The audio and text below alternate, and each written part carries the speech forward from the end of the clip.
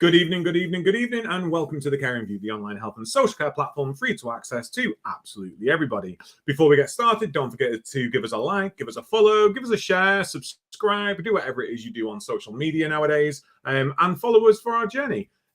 Everything we do is completely free. You can access all of our resources, podcast episodes, and chat show episodes at www.thecaringview.co.uk, wonderfully powered by Jack AI. And let's actually go into our sponsors. So everything we do is free. Doesn't mean what we do is crap. It just means we're giving it you for free. Social care is tight at the moment. Strings on your purses are pulled to the tightest points they can be. So why not have some stuff for free? Go and spend your money on other things. So without further ado, our fabulous sponsors who help keep the Caring View free are Prosperwell, the UK's leading digital marketing agency, www.prosperwell.co.uk. You can listen to their podcast live directly from their website, which is Tea with Toby, giving you all of their market insights and tips around how you can improve your care marketing, your recruitment marketing, home care marketing. I think they do retirement living marketing. So please do go check them out. We have Care Business Associates training for all of your healthcare training requirements, should I say. www.cbassociatetraining.co.uk. Please do go check out their Train the Trainer courses and their CHAPS course as well. Absolutely fabulous training services. We've got Attis Care by Attis Insurance Brokers for all of your comprehensive care coverage and proactive risk management. And Attis aren't just about insurance, they're there about supporting you. They've got a platform for care providers which covers elderly, specialist, home care, charities, and they leverage their existing knowledge to help navigate the daily challenges of the sector. So please do go check them out. We have Log My Care, the intuitive care management platform loved by comprehensive care providers around the country, www.logmycare.co.uk. Go search them on Google, go pop in their website and give them a try. We keep saying this, so Sam and the team at Log My Care tell us if we're wrong, but we think you still have a freemium version, but you can also go and book a demo as well. They will hold your hand through the transition to paper to digital records. So totally go and check them out. We have Health Automated Online and we have Enlearningment, which is www.enlearn.online. Health Automated, run by the fabulous Jack White, also built our website for us. So please do go check them out. Very AI heavy, very intuitive platforms. Definitely there to help support you as care providers and to make things easier, to make things quicker, to make things more bespoke to you. So please do go check them out. I feel like we've got loads of these. We've got Florence, directly connecting healthcare professionals and organizations with shifts and training around the country. I say this every week, but they are fabulous, better than using an agency. You can see who's coming to you, download their profiles, check their training, and favorite people. My favorite thing about this is you can actually favorite the team that are coming to you from Florence. So if you like them, book them again. And if you've got someone that's naff, you can say, don't want them coming again, and they feed back to them and they get retrained. It's amazing. And a wonderful e-learning platform there as well. Last but not least, we have UK Care Week. Forgive me, I'm struggling to find my link for UK Care Week. Here we go. UK Care, gremlins tonight. Mark and I are trying to do the same thing. UK Care Week, 19th and 20th of March this year at Birmingham NEC. Completely free to register. Please do go check them out. Go register and join us. We have 2 days worth of content for you at UK Care Week. Come and meet us in person. Not that, anything special to come and meet us, but we love to meet the people who listen to the Caring View. You get to meet the fabulous people like Sharon MacArthur, who will be joining us on stage, delivering really insightful talks with key takeaways and hopefully a resource or two for you to be able to go and implement straight away into your services. So that is ukcareweek.com, 19th and 20th of March, completely free to register.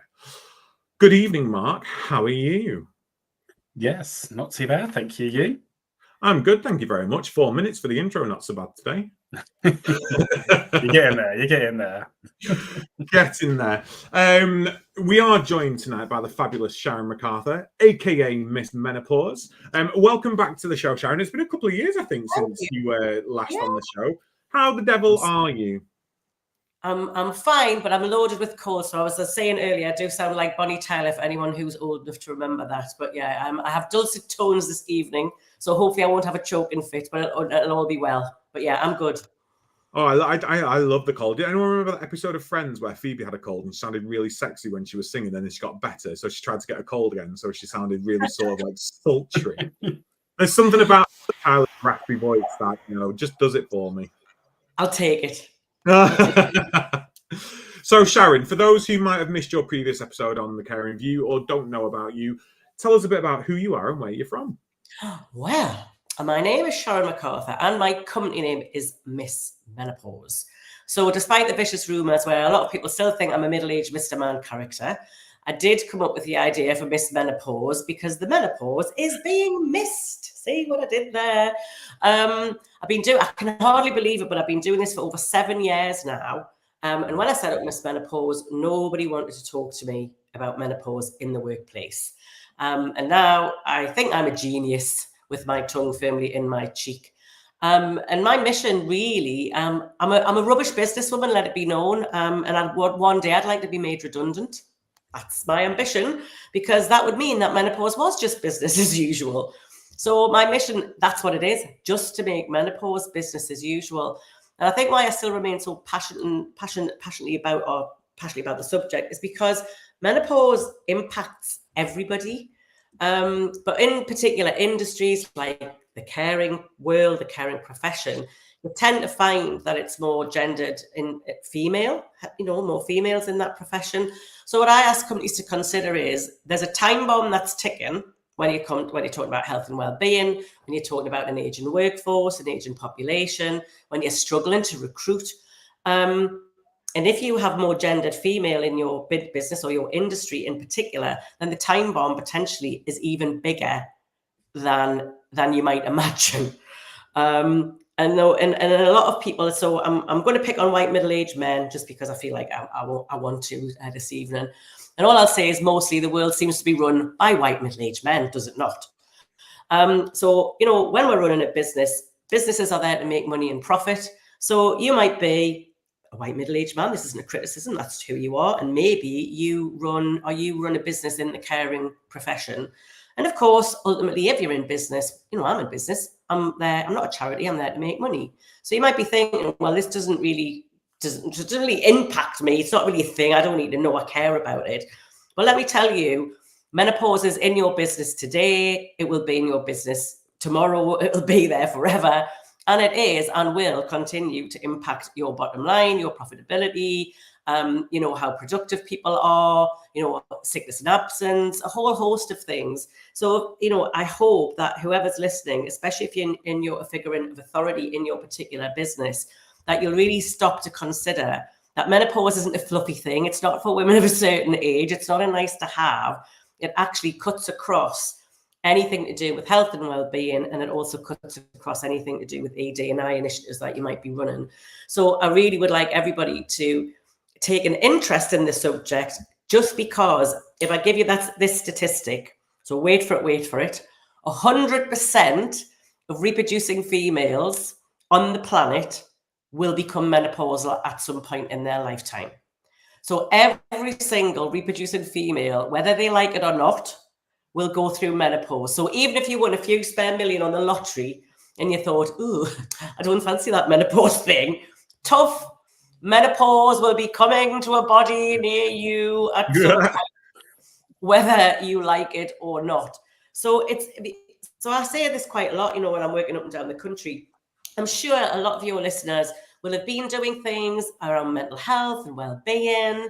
Quite rightly so. Of course you're going to do that. Why wouldn't you do that? Invest in health and well-being in your workplace. But I hope that most people like me would hope and wish that the smallest percentage of any of your workplaces might suffer from, we'll call it mental ill health. So let's do an experiment. Let's put mental ill health in the ring with menopause. It's going to be a full-scale knockdown every single time by menopause, because what percent is menopause? Well, it's 100%. Exactly. So there's no competition. There's just no competition. So that is why I hope that companies, rather than thinking, oh, we've done that health and well-being stuff, or we've done that thing there, do you not need to make something like, for example, menopause part of the DNA of your business? Because I'd like to think if you've spent, it costs so much to recruit and retain the talent that you have, you don't want to lose them. So I'd like to think if you're a good employer, you'd want your people to be with you for as many years as possible that they could be with you. So, like I say, we've got an aging workforce, an aging population. And I know you'll not believe this, but this year I will be turning 57 years old. Now, I thought I'd be dead by now. I know, can you believe it? I can't believe it. But when I was growing up, I was led to believe that I'd get my hands on what we still refer to today as a state pension. Now, in 2010, the government at the time did a full-scale review of everybody's pensionable age. So what that meant for somebody of my age of 57, soon to be, and my pensionable age has gone from 60 to 67. So I was reading this horrible article, and I'm hoping that it's one of these made-up things that appear on social media. And that's what I'm hoping. But if it's not, it was saying that the government are considering in the UK, and this isn't just a UK thing, it's a worldwide phenomenon, by the way, but they're considering that anybody born from 1970s onwards may have a pensionable age to 71. It might be extended to 71. Exactly, Adam. So what I'm saying is pensionable ages are only going one direction. That's up. So we've almost got this perfect storm that we're having to work longer full time than ever before in history. And that trend is only set to continue. So that means women living, working with and through menopause longer than they've ever had to. And that, like I say, if that 71's turn, comes true, then what does that mean for your workforce? So think about it like this. There's a horrible thing that I say, so I'm going to say it again. I mean, it's true, but it is quite horrible. But think about it like this. No human ages more well. No human ages more well. So if your workforce is going to have to work into their 60s, perhaps now into their 70s in the near future, then you want your workforce to be as well as they can be, and getting them to learn about menopause, as well as wrapping your arms around some simple, easy things that you can do that exist in your business right now. What business person wouldn't want to do that? Because that would just be sensible and logical. Why would you not want to do that? So that's what I see. I'm already in awe. I'm already in, and I know we're going to get so much great content from you tonight, Sharon. I know that the conversation is going to be fabulous. I'm sorry if you are a straight white man. Sucks to be you. You can't all be fabulous. No, I'm joking. Don't sue me. But it is definitely that sort of, especially in social care where the majority of the workforce is female, to have so many decisions being made by men. Our Secretary of State for Health and Social Care, straight white man. Our Prime Minister, straight white man, heaven forbid. And, we do get a female Prime Minister. And to be fair, as much as she screwed everything up, she wasn't really handed the best deck of cards to play with. It was sort of like, oh, let's put her in that position and then we'll come in and swoop and fix stuff. And all these decisions are being made about, let's look at America, Roe versus Wade and the overturning of the abortions. And that is, let's make a decision about women's bodies, about them, without them. And we can't be in that position, and especially in our workplaces. We need to really be more mindful and attuned to this. Mark, it makes business sense. I'm just going to say it just makes business sense. So I want any of the people out there who are in positions of authority, whoever you might be, that if you listen to this, session today, that you'll hopefully maybe come away with a greater sense of just why wouldn't you do some stuff that could make you more profitable? Because if you're in business, that's what you want, to be more profitable, to make more money. And you can do this by wrapping your arms around menopause in a quick and dirty, easy fashion, which maybe is what might be putting you off right now. You're thinking, oh, that's far too much of things to do. So, I'm all about simplicity. So yeah, Mark, it would be good to hear from you. What's your thought? What's running through your head at the moment? Well, I'm not going to lie, it's that we need to get a show on pensions, because if that pension age goes up to 71, I'm cancelling mine, because I don't plan to be alive when I'm 71. So I need to be spending that money that I'm putting aside right now. No, serious talk though. I just kind of wondered what the current state of play is that you're seeing within organisations, ones that you're already working with, ones that are approaching you to be working with.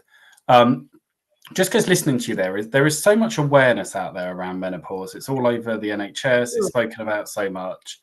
And it just baffles me as to why organisations are getting it so wrong, because it's not like the information's not out there. It's not even like it's kind of tied up in legislation and really long documents. There's so much tangible, easy to read, easy to digest documentation out there?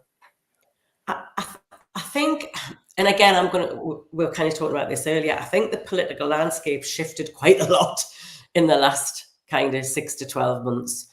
And I do get a sense, and I totally get it. You know, I used to be a senior leader in a FTSE 100 company. I understand commercial businesses and all the rest of it. So what I do think has happened is I think Brexit has hit really hard. So at the end of 2023, any European funding that was still sloshing around, albeit 6 years later, was ended. It was like hard stop at that point. So all of that money just instantly vanished. Whether there was still money in the pot, it had to go. So that was the first thing. And then, you know, we've had fundamental basic things like gas and electric's gone through the roof. So you might have been a business who said, I've got this money here for these, you know, maybe what you might class nice to have or to help our staff. And maybe you've fallen on much more hard times where the gas and electricity's gone through the roof and you've had to pull that extra money to survive in your business. I totally get that. And then I think things like NI have hit, you know, minimum wage and all of those types of things. So I just feel it's a bit of a perfect storm. And then politically, you've got people like, you know, the US president, I will not name him, but I think we know who I'm talking about, who has almost come in on day one and said, AD and I, doesn't matter, let's do a hard stop on the first or second day, whatever it was. And I just think, you know, a lot of people might be thinking, oh, we don't need to do that now. Let's mirror what's happening there. Let's think that this is, maybe also think, this is done now. We've done that. We've done some work around menopause. What I would say is, from my perspective, the world hasn't changed an awful lot in 7 years. Women it's really interesting because women, and I was exactly the same as this. I didn't know I care about menopause till it happened to me because I had this misguided idea that whatever it was, because I wasn't very clear, wasn't going to happen to me. Now, let me tell you a bit of my story. So at the age of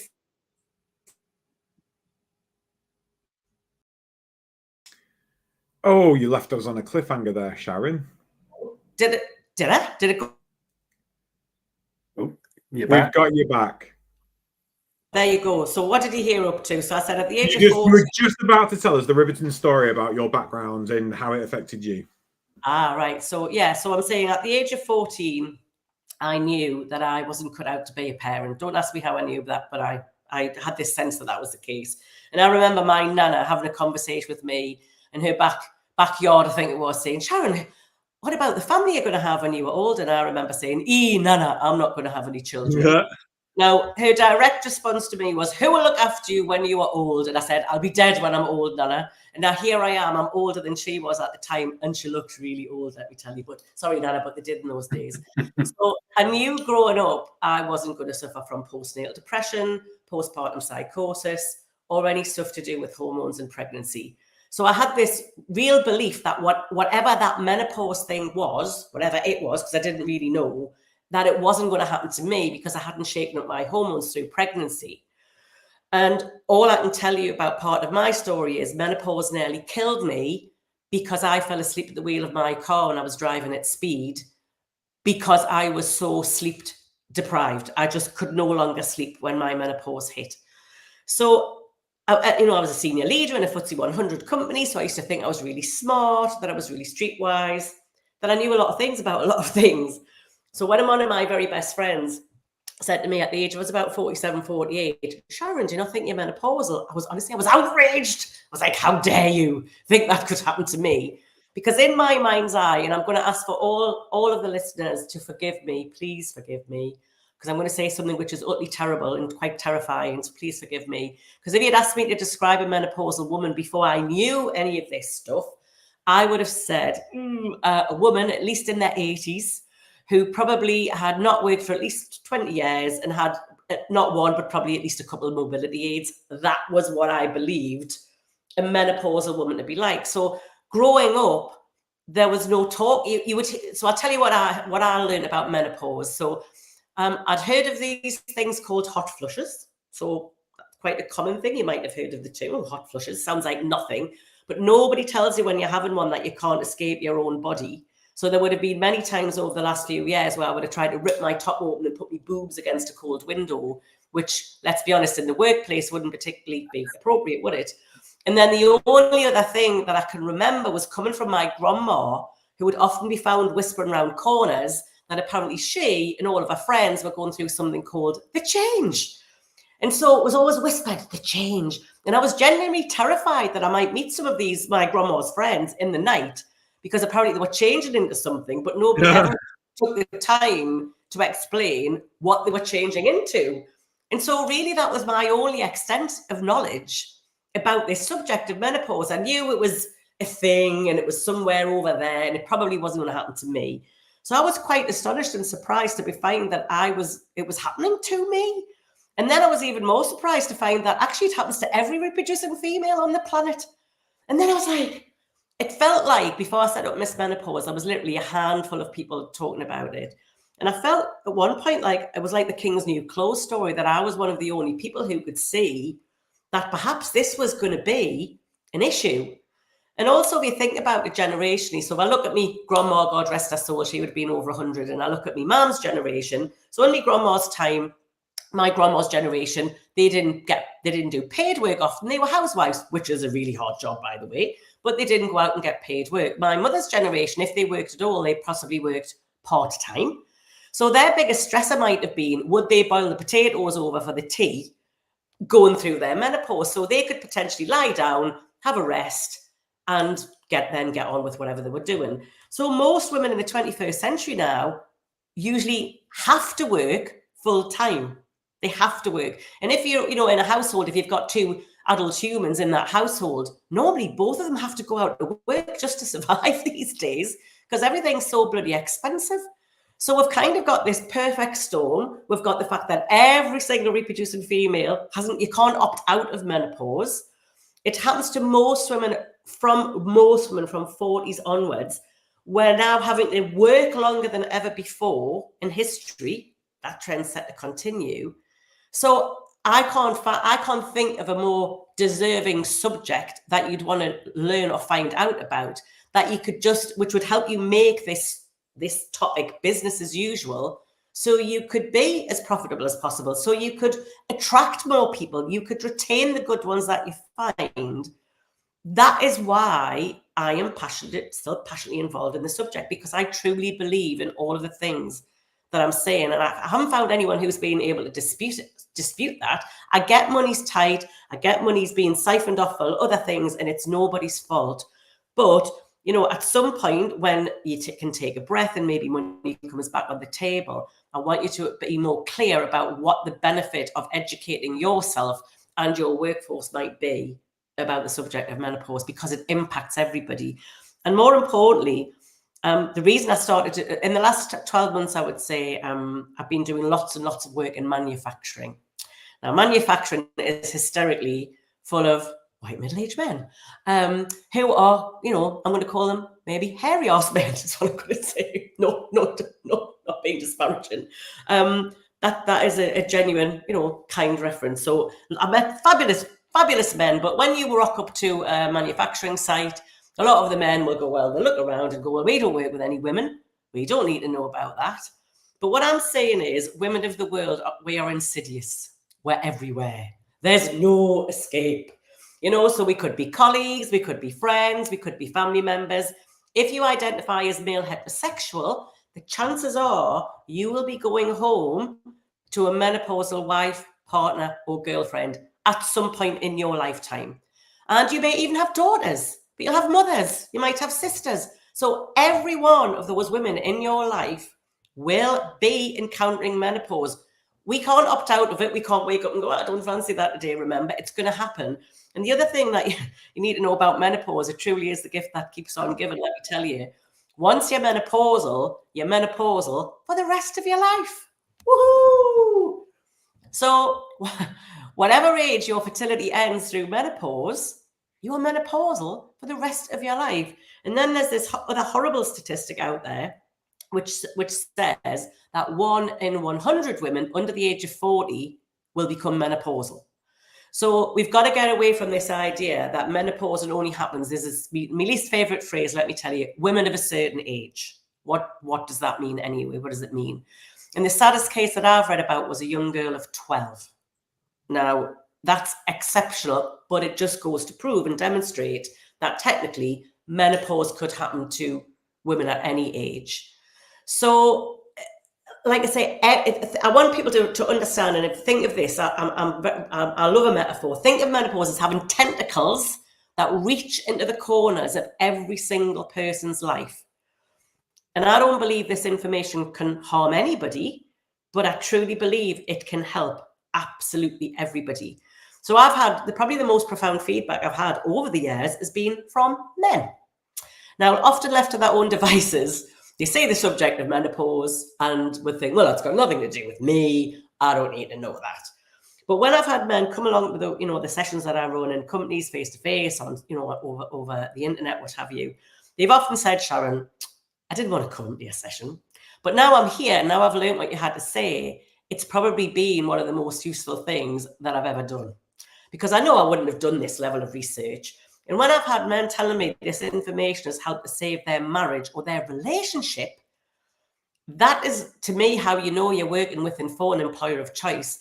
And I'm a fan of never ever wasting time. Like I say, I'm 57 this year. I could be dead tomorrow. I'm not in the habit of wasting your time. Least of all, I'm in the habit of wasting my own time. So I always say, unless it counts for something, let's not do it. Let's not do it at all. Let's not waste each other's time if it doesn't count for something.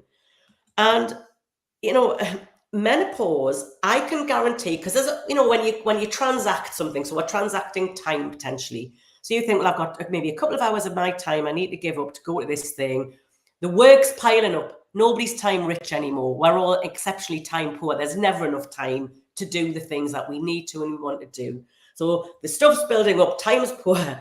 So if you're going to give up some time, it has to count for something.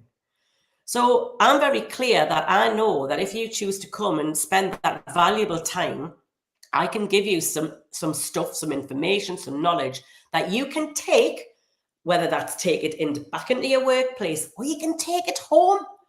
Because that's the brilliant thing about learning about the subject of menopause. Once you've learned about it, you can take that information wherever you need to take it. It doesn't have to remain in the workplace. You can take it anywhere.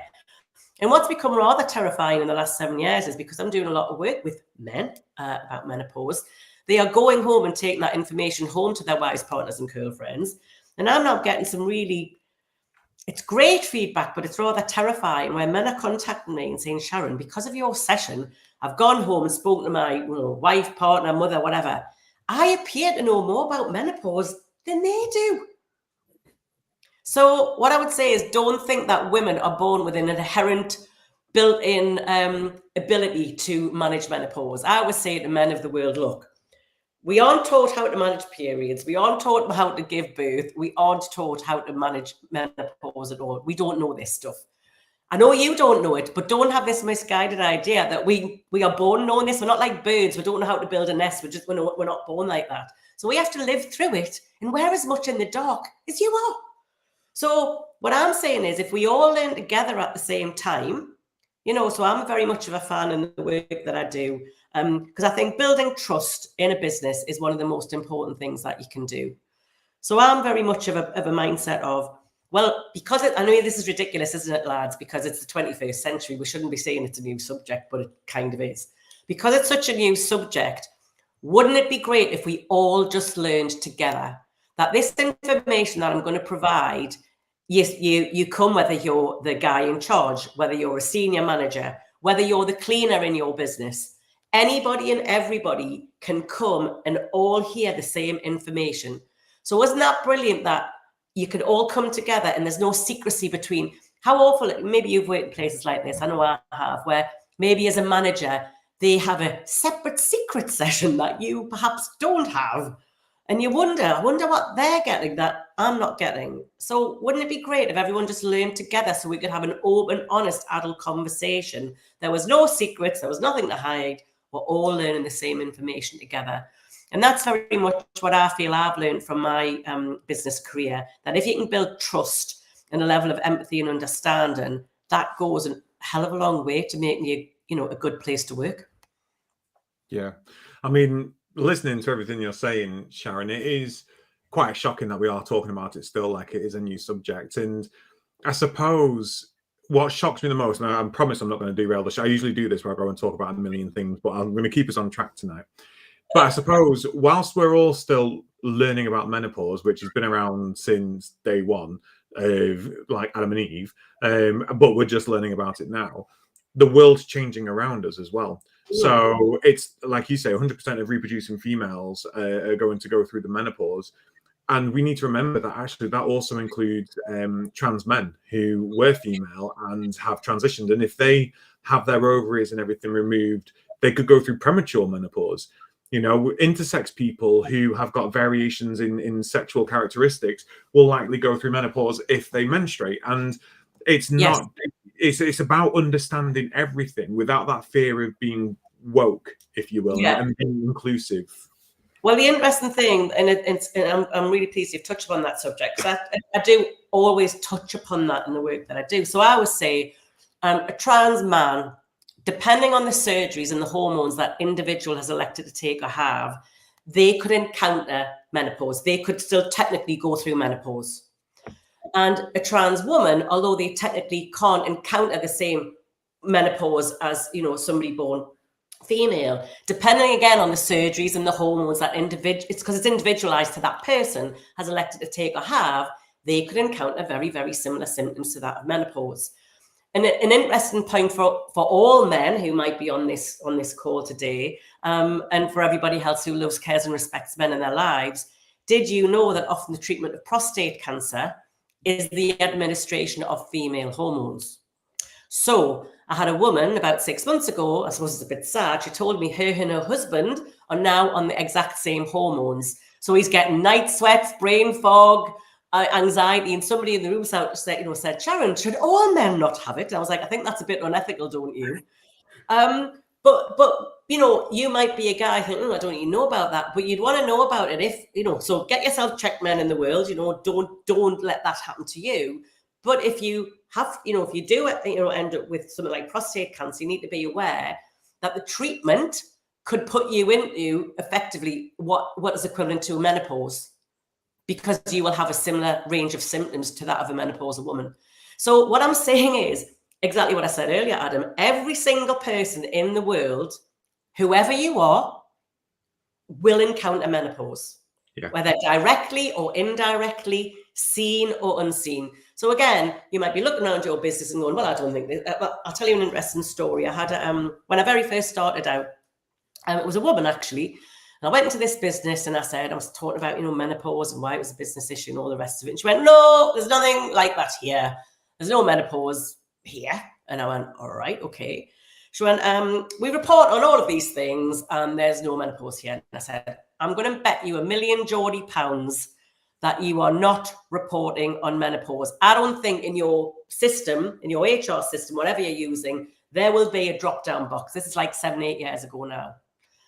She went, no, I'm telling you, it just isn't here, because it will be. So all I'm going to say is, I don't often lose, and who was right?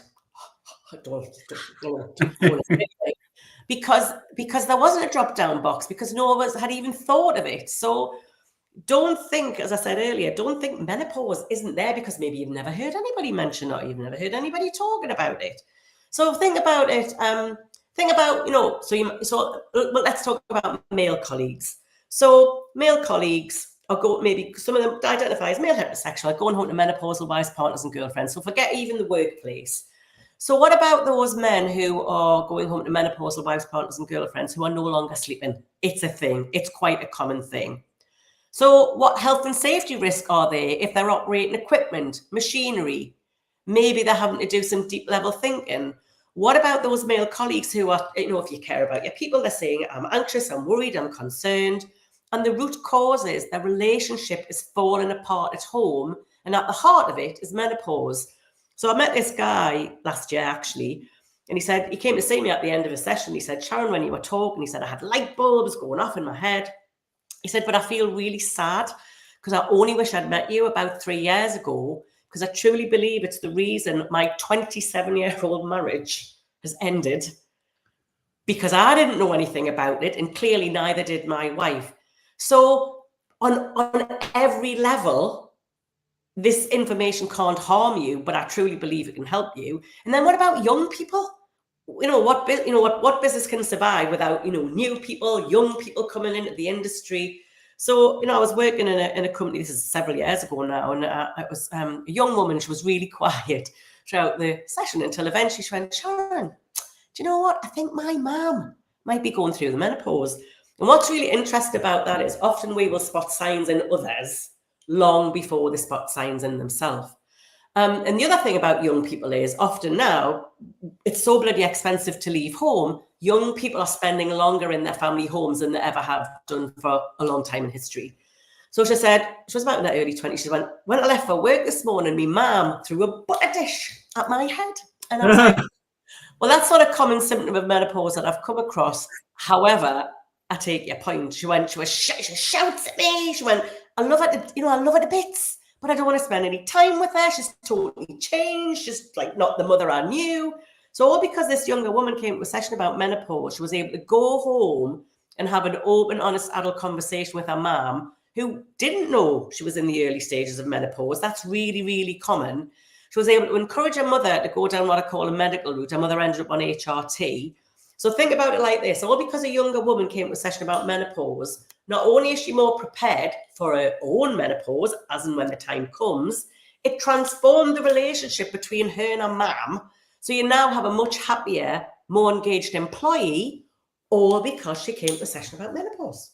So remember, it's got tentacles that reach into the corners of every single person's life. And then what I really love about working with the care industry, the NHS, etc., is I always say, as experts in your field, if you learn about this subject, you get a double win. Because if you've learned about this for yourself in your own business, as the experts in your business, what could you do with this information in terms of passing it on to the people who you're working with if you needed to?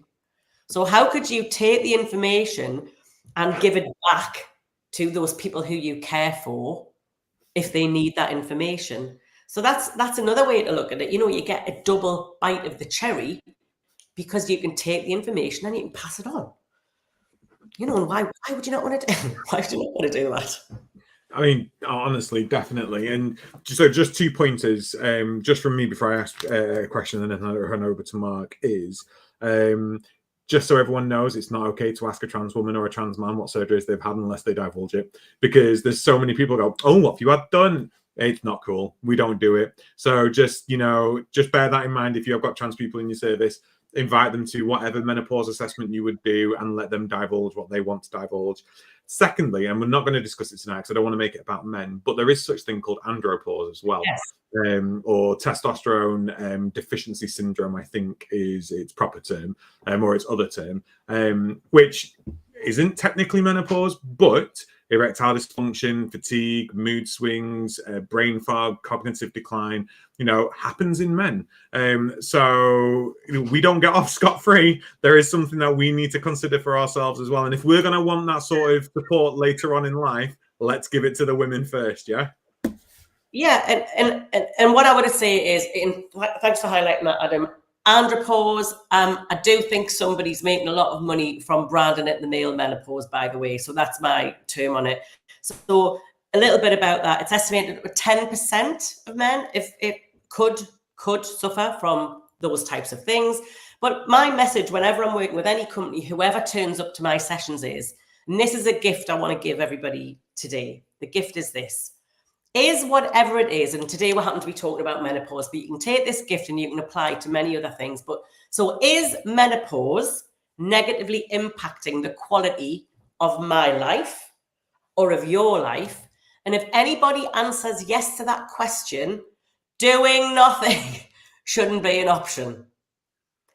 And that is the best gift you could give to either yourself. You might be asking yourself that question, is this negatively impacting whatever it is, the quality of my life? And if the answer is yes, doing nothing shouldn't be an option. Or you could be a colleague, a friend, a family member. Is whatever you're telling me about negatively impacting you? And if the answer is yes, don't do nothing. Yeah.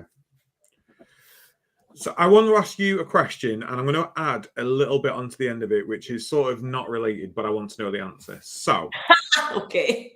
What are some of the reasonable adjustments we could be considering in our workplaces for people going through the menopause, and what's the legality of the recognition of menopause? So I think the last time we spoke, it's not legally recognized as a sort of protected characteristic. So is that something that we should be advocating for? And what reasonable adjustments can we make in the workplace? See, they're not related, but I want to know both answers. I'll start. The one I quote most often, because there is like a Health and Safety Act, I think it's the Health and Safety Act 1974, but that's 1974. So let's talk about the Equality Act 2010. So the Equality Act 2010, is menopause covered? Well, technically, no, but I say yes. So hear me out as to why I say what I say. So menopause absolutely does not have its own protected characteristic. It doesn't. And you know what? Controversially, I would say I don't think it should, because if it needs its own protected characteristic, then the Equality Act is rubbish. It's not fit for purpose. Because under the umbrella headings of age, sex, disability, there's also a trans category. Menopause technically could sit under those umbrella headings. And the very first tribunal that was one, I've lost track of time with COVID, but maybe it was 6, 7, it might have been longer than that, years ago in Glasgow, was one on the basis of disability. And that's because if anything impedes you in the workplace for more than 12 consecutive calendar months, it could be categorized or classified as a disability. Now, the brilliant news is I've never met anybody who wants to be classified as disabled going through menopause. Neither have I met yet anybody who's got on their bucket list, can't wait to go to a tribunal, said nobody I've met ever yet anyway. So what I'm saying is, organizationally and operationally, if your intention is just to make menopause business as usual, then it should be so far in the distance, it's become incidental. And my philosophy is we should be able to say, shouldn't we, hand, foot, vagina, penis in a sentence without going, oh, and having an attack of the vapors, because we've all got bodies, and we've all got body parts, and in the main, they do us really well. And if we're working in an adult environment, then we should be able to behave like the adults that we are. Now, the brilliant thing is, Adam, when I'm talking about menopause is, I think personally in this industry, there has been, and maybe continues to be, maybe a lot of fear and complexity being sold into this space. Controversially, I'm going to say most of the things that people might say you need, I'm saying I don't think you need at all. So the first thing is, I would say I don't think you need a particularly separate policy, process, whatever you call it in your business, guidelines, whatever. Do you need a policy for menopause? I'm saying I don't think you do. And I'm saying that for a couple of reasons. So the first reason is most companies now would want to say about themselves that they are inclusive employers. Absolutely the right way to go. We are an inclusive employer. But what I'm saying is, if you write a standalone menopause policy, could you be in danger of becoming an exclusive employer? Because have you written a policy for John in accounts who's got diabetes? Have you written a policy for Joan who's got cancer? Not a very popular policy, is it? So what I'm saying is, unless you write a policy for every single thing that could befall a human, then rather than being inclusive, you could be shunning people who are thinking, well, is my diabetes less important than menopause? What is wrong with me that I can't have that policy as well? So what I'm saying is, I've made up a word. I suggest to businesses, why don't you menopausalize your current processes and stitch it into the ones that are in flight now, that people are familiar with, that they know about. So a great example would be return to work, a return to work policy, process, guideline, whatever you call it in your business. So I imagine most of the companies out there will have something like that. So it means that there's a trigger. If you're off sick, if you start turning up late, usually what would happen is you'd maybe sit down with you and your line manager and you'd have a discussion about what's been going on. So wouldn't it be brilliant, rather than writing a standalone policy, which seems very terrifying and scary, and it's, it's over there somewhere, I don't want to look at it, if you were to stitch menopause into that return to work policy, because the symptom is the absence or the lateness. As a manager, it's up to you to understand and find out what the root cause is. So if you stitch menopause, that could be the reason for that absence or lateness. Isn't that so simple? So if we start knitting things together and helping people say what's the same, not what's different. So somebody might be telling you in that return to work, they've got anxiety, they're really, they're really anxious. the number one symptom reported to me in the last 7 years, guess what it is? Anxiety. So again, people might say, I'm really anxious, I'm really stressed. The root cause could be menopause. So I want people to start understanding what's the same about what they've been doing for either forever or a very long time, not what's different. Because when you make it scary and terrifying, you're less likely to get people to buy in and embed that thing. But when they go, so I'm having a well-being chat and I'm maybe talking about mental health and well-being, menopause is part of that. Yes, it's part of that. And then most of the brilliant news is when we're talking about menopause, most of the things that your business may need to make a reasonable adjustment, you will probably find you already have them. Isn't that brilliant? So an example would be, if I disclosure of pregnancy. Now, I'm sure just about every business who might be listening today has got a pretty decent process policy guideline for the disclosure of pregnancy. So let's just imagine, Glads, you've both become my line manager and I want to disclose my pregnancy to you. So what might you do in that instance? Well, you might give me a car parking space near the office if you thought that was appropriate. You might do a workstation review and I might get equipment, a desk fan, a footrest. You might look at my uniform, for example. You might give me time off for appointments. So what I'm saying to managers and leaders of the world is this. All you have to do is look in your small reasonable adjustment toolkit that I know you've already got, and then flip and apply what's in there to the individual in front of you. So, and the other thing, it's really groundbreaking, this thought, but have a think about it. You could even choose to ask the person in front of you, Sharon, as a small reasonable adjustment, what do you think might help you?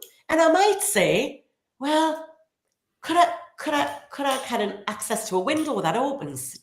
Could I walk around the block for 5 minutes?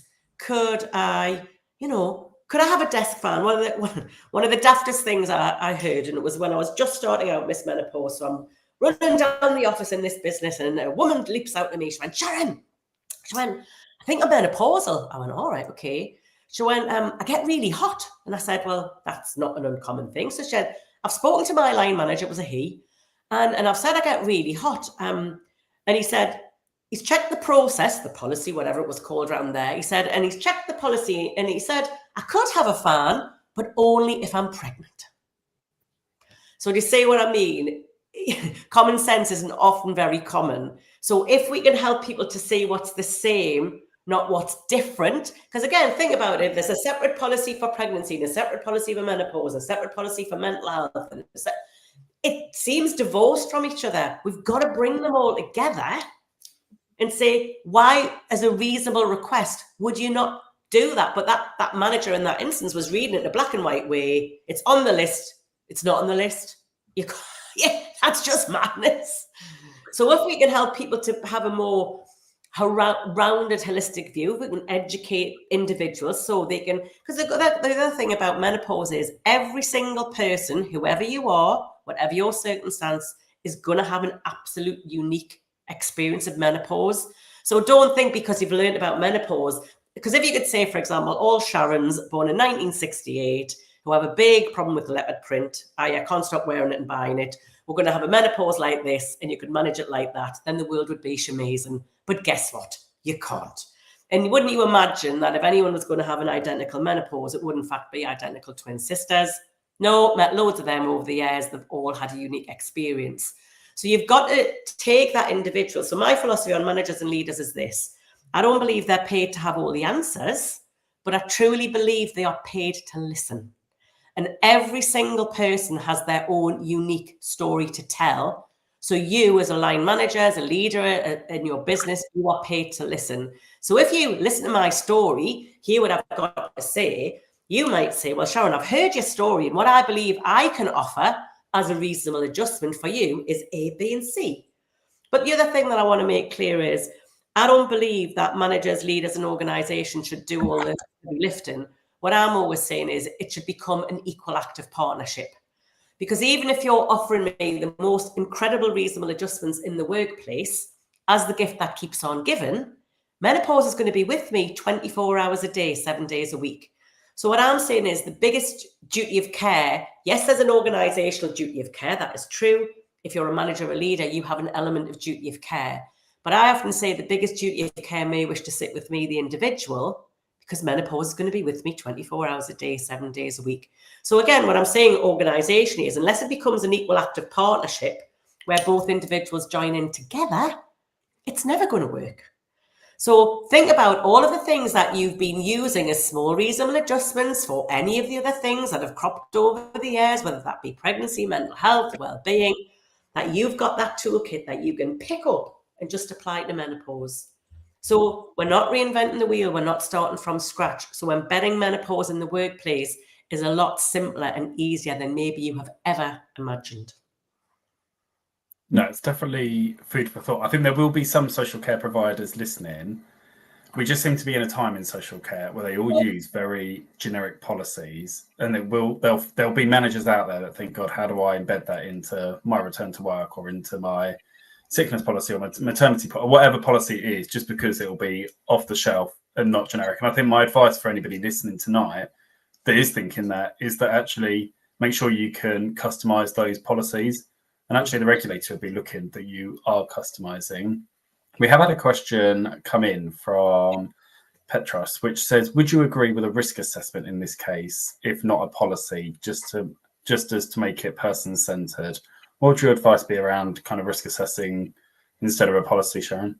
Yeah, I mean, just think if we're putting the human at the center of what we're doing because we want to attract them, we want to keep them.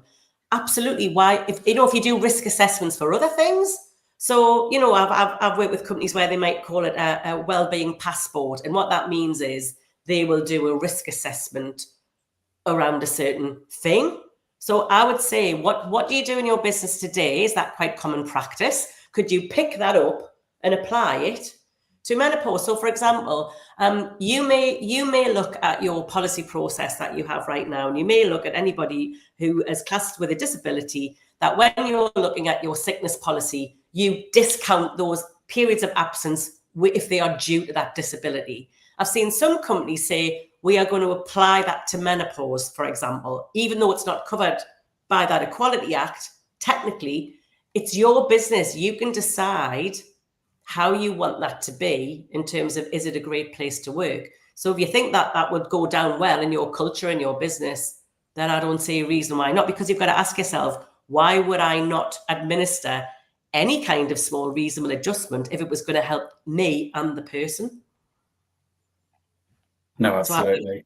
So go for it. I'm pleased you brought up the andropause, Adam, because interesting. And I was digging through my 101 blinking NHS letters that the NHS seem to love, and I wish they'd email to say paper. But in one of them, when they were doing loads of tests on me, one of them was the male menopause, and big. None of the others are in like bold font, but I just remember distinctly that they had put that they would be testing for the male in big bold letters. But when I raised the long COVID research group I'm on, the amount of men that were on it that were saying that actually they'd also received very similar letters. And it just made me wonder, Sharon, whether you think actually by the NHS and society as a whole linking menopause to men, do you think that's going to have a positive thing for females? Do you think it will then make it more, do you think it will not take it away from females, but make it kind of less prevalent in the workplace? Or for me, I just think it's been branded incorrectly. That's what I think. It's got the wrong name, because menopause is the end of your reproductive life. So if you think about it like this, for most women, their fertility will end usually no later than 55. Of course, there are exceptions, but in the main, most women, by the time they're 55, menopause will be upon them. In other words, their hormones have declined so much, they are no longer able to reproduce. Men, if everything is in full working order, a guy can father a child the day he drops down dead at 120.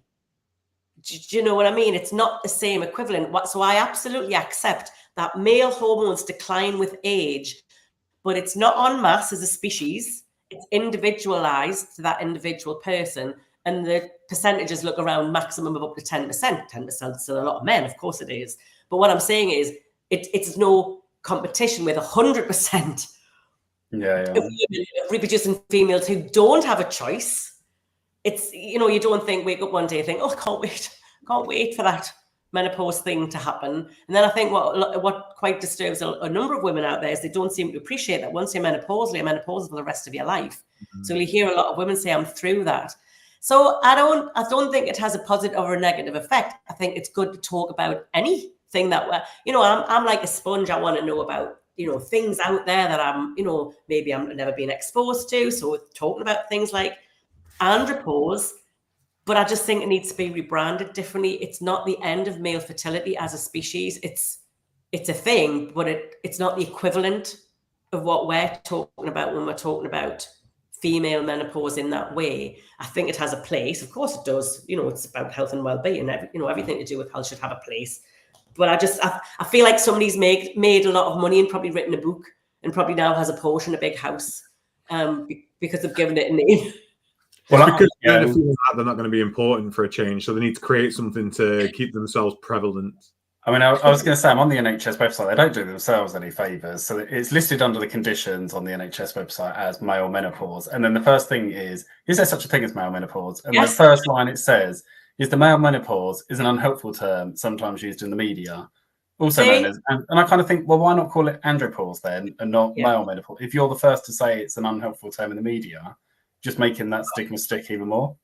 I was just going to say, Mark, they don't recognize it as such, but they still, like I say, the way they present it is odd. It's a bit odd. But maybe that's because people are searching for the term male menopause and then they'll find it that way. So I'm going to be kind and say maybe it's because of the way people are searching for it. They wouldn't know maybe the term andropause to search for, but they've heard maybe the term male menopause. So we'll let them off the hook about that. But yeah, like I say, I think it just needs to be rebranded, in my opinion. So I've got so many questions that I want to ask, and it sounds daft, but I absolutely love this topic because I feel like I'm learning, like you say, as much as we can do to support the people in our lives, our team, our families. I don't want to ask the generic, what are the symptoms of menopause and what's perimenopause, because I feel like we can discuss that, on a different show or a different point. I want to ask some of the stuff that people might find beneficial. I mean, first off, I don't know whether you know any of these, but I do worry about refugees and people seeking asylum going through the menopause without true access to health service. That absolutely terrifies me. And it actually gets me upset thinking they don't have the access to these services. But then it also gets another thought running in my head. And culturally, how is the menopause interpreted in different cultures? Is it accepted widely through cultures, or are there cultures where it's one of those where it happens but we don't talk about it? It's just, well, again, it's often hard to find, but there are some cultures where there's not even a word for the term menopause, say in South Asian cultures. There are others which are, so if you look at places like Japan, they almost... I'm sorry, just to interrupt. Yeah. Just to interrupt. The reason why I'm asking this as well is we are, and I should have mentioned this, we are heavily reliant on international workers now in health and social. So our workforces are colourful and diverse and beautiful, but we need to take that into account. So that's why I'm asking whether there's something culturally that we need to consider in the workplace. It's totally mixed. But I think because you've got that melting pot of different cultures, different experiences in a workplace, maybe that's why, unbeknown to me, I wanted to go into the workplace and try and educate. Because if you had all of those people who came to a session who are all from different backgrounds with different experiences and got to learn about this thing at the same time, wouldn't that be great? But for example, over in Japan and stuff, they embrace aging. So it's almost seen as a new beginning, menopause, where over in the West, we're kind of, you're an old, crotchety, whatever. If you even look at America, if you look at lots of places, even in Europe, they are looking at the UK and saying we seem to be much further ahead about menopause than many even developed cultures. I think there's quite a bit of stuff happening now in Australia and things starting to happen in New Zealand. But it's a bit of a mixed bag, Adam, and that's why it's about listening to the individual story, hearing what they have to say, because the thing is with menopause, Adam, and And this is the terrible thing about menopause. And I think it's Father Nature, by the way. I don't believe it's a woman that can be doing this to us. But the symptoms of menopause, usually you will encounter them months and even years before you notice a change in your periods, if you're even having them. So if you think about it like this, in the 21st century, many women now are tapping into depot injections, Mirena coils, mini pills. They aren't even having regular periods.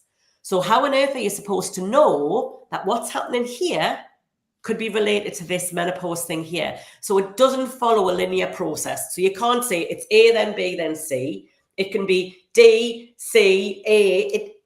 Menopause doesn't follow a route. So you could find that. So that when I look back at me in my own experience, I started to get crippling anxiety. Now, I'm not a very shy, retiring type of girl. I never really have been. And I couldn't understand why, this was in my early 40s, why this was happening to me. I would be crying hysterically on the way to work. And I just thought it was work. And I think part of it was work, by the way, but I think it was the beginning of my hormones going on this roller coaster ride to get to menopause. And so that's what's really disconcerting. So you could be an individual who's never said you were mentally ill, mentally unwell, ever in your life up until this point. Then one day you wake up and you're terrified to leave the house, or the thought of driving to the shops might begin to seem utterly terrifying. So the most common thing that women say to me, Adam, on a daily basis is, I thought I had early onset dementia.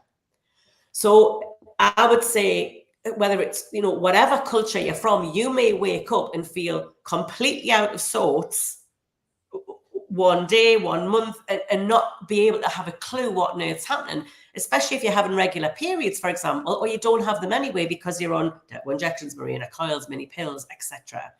So if we can create an environment in our workplaces where we are educated and we educate each other and ourselves with our own stories. So I always say that the gold dust for me, Adam, is where you have a culture in your business where people can feel safe enough to tell their own story, whoever you are, whatever you. And I think where it has to start, go back to a business, the most powerful thing and things I've ever seen in a business, whether they're a FTSE 100 company or a small company, is where the owner, the founder, the CEO, whoever is we'll call them a senior influencer. That's what we'll call them, where they're prepared to stand up and show an element of vulnerability and share their own story to their people.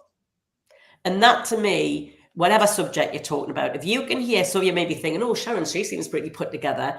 And I'll tell you the story where I nearly died because I fell asleep at the wheel of my car when I'm driving at speed. And maybe I've got a business with 500 staff there. And I look pretty put together. I come into work every day. People maybe think, oh, Sharon's a machine. She does this, that, and the other. And I can stand there and tell you my human story that can only encourage others to think, well, it's maybe all right to tell my story or a bit about my story. And honestly, I keep going on about simplicity. Imagine if you were an owner, a leader in your business. So again, I'll tell you another daft story. I was working with his business. It was a large business. And I did 3 or 4 years worth of work. And they were telling me about these health passports that they had. We're talking about, should you do a review? Should you do whatever? I'm like, all right, okay. And I said, tell me about the health passports. Well, what that means is we sit down with our people. We're all managers here. And we sit down with our people and we get the health passport out and we get them to tell us all of this stuff about their health and well-being. And it goes on the passport. I said, oh, okay then. I said, I've got a question for you all. Right, all right. I said, how many of you as managers and leaders in here have written your own passport? Tumbleweeds. And then I said, and 1 or 2 put their hand up. And I said, and out of the very small handful of people who've said they have written their own, how many of you have shared it with your people? Like, oh, what do you mean? And I said, well, how is this fair that I have to bare my soul to you because you're my manager and tell you maybe intimate things or things about my health and well-being that you're going to record on? Okay, it's my passport, but you're not prepared to do the same with me? I mean, how shocking is that? That you actually show an element of humanity back to your own people. That is what's going to make your business a great place to work. That is it. So I don't know why we can't all show a bit more humanity and a bit more vulnerability, because that tiny little bit of vulnerability you show will give you a whole lot more than you show it. Absolutely. You've stunned us.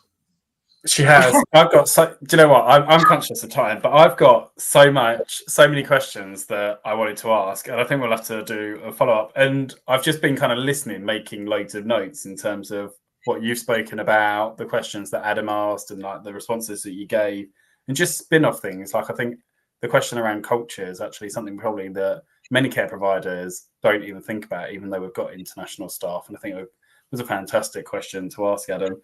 But I think when you were talking earlier around suppliers, actually the clothing and the materials that all of our staff are wearing, and before we came live tonight, I was just talking to Adam about what I'd done on my day off with the kids, but like skincare and ointments for, like, if we're giving staff, hand creams in a wellbeing hamper, or the people that we're supporting and what we're supporting them with, the impact that all has. I've got so many follow-up questions, but I have taken away one action today, which is, and in the background I did double check, and we don't capture menopause as a reason for absences. So I'm going to go away, and after the show tonight, email our head of HR and be like, let's do it. So that's my action for tonight. But yeah, I think it's been a really good show, and I absolutely love listening to you, as you know, Sharon. And yeah, we'll have to have you back just to scoop up the loose ends. But one thing I did write down that I really loved was your comment around that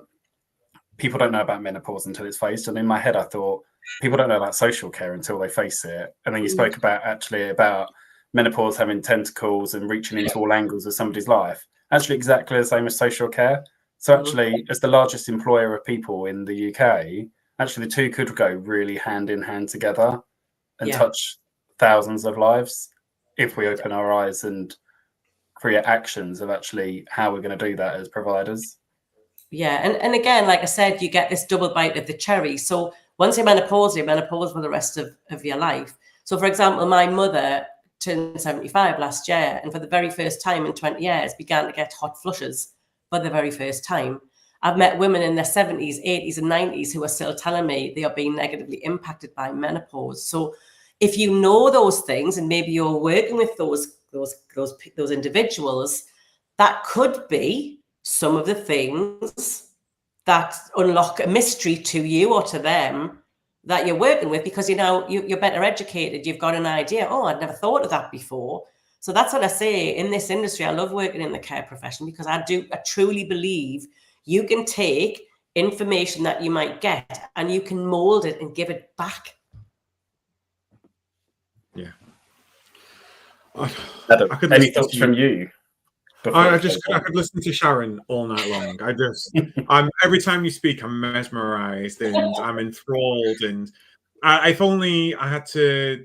It's not even. In fact, it's a month, isn't it? It's a month and a day until we meet, and we can listen to you all over again at UK Care Week, because I just think it's so super important. I think it's essential that, and I think tonight is, and this isn't because of you, Sharon, at all, but usually our comments are flooded in the chat, and there's thousands of questions. Well, not thousands of questions, I like to exaggerate, but tons and tons of questions coming through, 30, 40, 50 questions, and tonight we've had 2, and I can't help but wonder whether it's the menopause.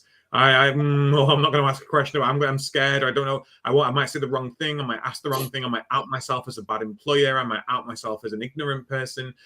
Listen, we've said this many times on the Care and View. The only stupid question, or the only stupid thing about questions, is not asking them. If you think it's a stupid question, I can guarantee you I probably asked it in the past. I probably put my foot in there, and I'm the first to say I might get something wrong when I talk. Don't hold it against me. I'm learning. And that's how we need to approach everything. Like Sharon says, with kindness, with compassion, with sincerity. And if you do that, if you get it wrong, you get it wrong. You'll learn and you can get better from it. But please do come down to UK Care Week and come and see Sharon MacArthur day 1 on our theatre. And after this, Sharon, if you stay on for like a minute or so for us to say thank you and goodbye, I do have another question to ask you, which will bring you to our listeners a little bit further, I am hoping, in the future. Sharon, absolutely a pleasure to have you here tonight. Like Mark, I have written down menopause, no reasons for absence. I've also put around not having a policy for it, and actually thinking to myself, yeah, how are we managing other conditions within our workplace? How are we looking at other conditions in our workplace? And how, I suppose one of the questions I wanted to ask, because I know I asked about reasonable adjustments, and we can potentially touch on this at a later point, but it's fine, I suppose, for people who work in offices, open a window, give them a desk fan, and then do this. In social care, where you are in a bathroom giving someone a shower and it's steaming and it's hot, and you've got to keep the room hot because they get cold because they're elderly and they're naked and they're wet, and you are literally there trying to claw your uniform off. I suppose we've got a long way to go to think about what possible reasonable adjustments we can make for people working in social care in those situations. Well, I say all the time, Adam, these are just top level things. I would say that when I work with an organization, this information I'm giving you, it's the start of something. What I hope it will start to do is to enable you to start generating some thought process about seeing the world through what I call a menopause lens. So every business is complicated. You've got people just aren't sat, everyone sits in an office and it's all perfect and this is what it's like. The world isn't like that. We know it isn't. So an example I will give you, it's not related to care at all, and it's not even related to menopause per se, but this is the whole thing about seeing the world through a different lens. So I was working with a train provider, and there was a guy, and he told me this brilliant story. He said he had a load of apprentices, like young people who were taken on these apprenticeship programs, and they were on trackside. He said there's a big gang of them, let's say 10 of them. He said, and there's this young woman, and I kept looking around and couldn't find her quite a few times in the day. I couldn't see her. I didn't know where she was. And I said to the rest of the people, where's such and such? So I went, I don't really know. And one of them said, I think she's gone to find a bathroom. And they were like, all right. Anyway, it turned out she was a young woman who was having really heavy periods, because remember, this stuff could apply to other things. We can take one thing and apply to different things. And he said because he'd only ever had young men as apprentices, he'd never thought about it. So she was having really heavy periods. She was taking herself nearly a mile down the road to try and find a cafe or a pub so she could go and find somewhere where she could go to the bathroom to change her sanitary products. And so that now, because of that, and again, you ask your people, what is your circumstance? What's it like to work in a situation like a hot, steamy bathroom? What do you think might help you? Ask the person. They will help you to get to the answer. So now what he does is he gets a porta cabin every half mile on trackside. Because if you're a guy, he can stand against the wall. He wasn't too bothered. Guys just would get on with that. So he's made a small, reasonable adjustment. There you go. It's problem solved. So you, as the owner, leader, influencer, manager in your business, have to take what you hear and you have to be able to mold it to your business. I couldn't possibly give a company everything that you could and should do, because I don't know your business as well as you know your business. And the people who know your business better than you are the people who are doing the job. So you ask those people and they will tell you, well, I think, so again, I'll give you another interesting example. So it's car manufacturers. So they're working on factory lines, it's quite cold in the winter. So they get brilliant kit it was. But it was really, what they had is these hoodies that they had to pull over their heads. So they were pulling these hoodies over their heads when they were really hot. And then it was really difficult. You know what it's like. You put a hoodie on, then you pull everything off when you pull it off. So the woman working on the lines were like, well, I don't get hot all the time. I get hot flushes and I have to put a hoodie on, a hoodie off.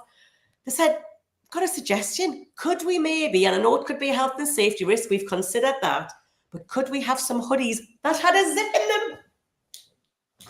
So we've got some hoodies that they can just zip open and then zip back up. Do you know what I mean? How small and reasonable. Do you know what I mean? So don't think big and grand. Think small and reasonable, and ask the people who are doing those different jobs about what in their circumstance might be better for them in that type of environment. And you'd be surprised, I'm sure, that they'll help you solve the problems. Well, on that, which I think is I think it's a fantastic tip is listen to the people. They can tell you how to fix the problem, and you just need to listen to them. I think it's spot on. Sharon, absolute pleasure having you on. I will say a goodbye to you after the show's finished. For anyone wanting to connect with Sharon, you can go to www.missmenopause.co.uk. Please do go check it out. Get some training booked in. Get yourselves menopause friendly, menopause aware, menopause champions. Come on, get yourself the menopause capital of your industry. Let's make this happen. Let's make it commonplace. Let's make it business as usual, as Sharon would say. Next week, Mark, what have we got on? Next week is one of our monthly social care catch-ups. So there's not any guests. It's just you and I discussing kind of what's going on in social care. Yeah, there's been a few updates. So I did put a post out probably a few hours ago just regarding the capacity tracker, which is updating and changing. I think it might already have changed, so you might have noticed that. But yeah, there's a few changes coming down the line. So yeah, it'll be good to catch up on what those are. And I think also next week it'll be good to discuss Ask WDS, the Adult Social Care Workforce Data Set, why it's still important, and the learning development something, whatever WDF was, is now this other thing where you're going to get your funding and your training. I think it'd be good just to touch on that, because I think it's sort of taken the backseat a little bit at the minute. And I'm going to brush my hair before the next show as well, because it is an absolute mess. This is The Caring View, www.thecaringview.co.uk. We are sponsored by UK Care Week, Prosperwell, Florence, CBAT, Log My Care, Artist Care by Artist Insurance Brokers, Enlearnment, and Health Automated. Please do go check out our fabulous sponsors. You can find them all through our website and everything else that we offer for free on our website. And do not forget to connect with Miss Menopause.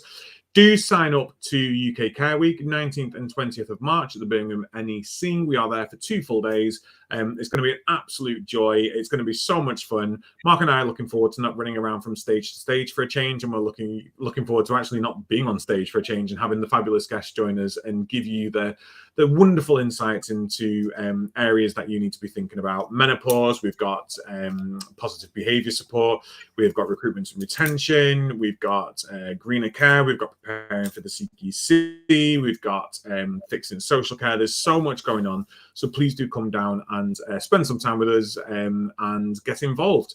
So until then, take care, stay safe, make menopause business as usual in your organizations. Be kind more than anything, please. Let's be kind, let's be civil, and we will see you next Tuesday live at 7:30. Good night.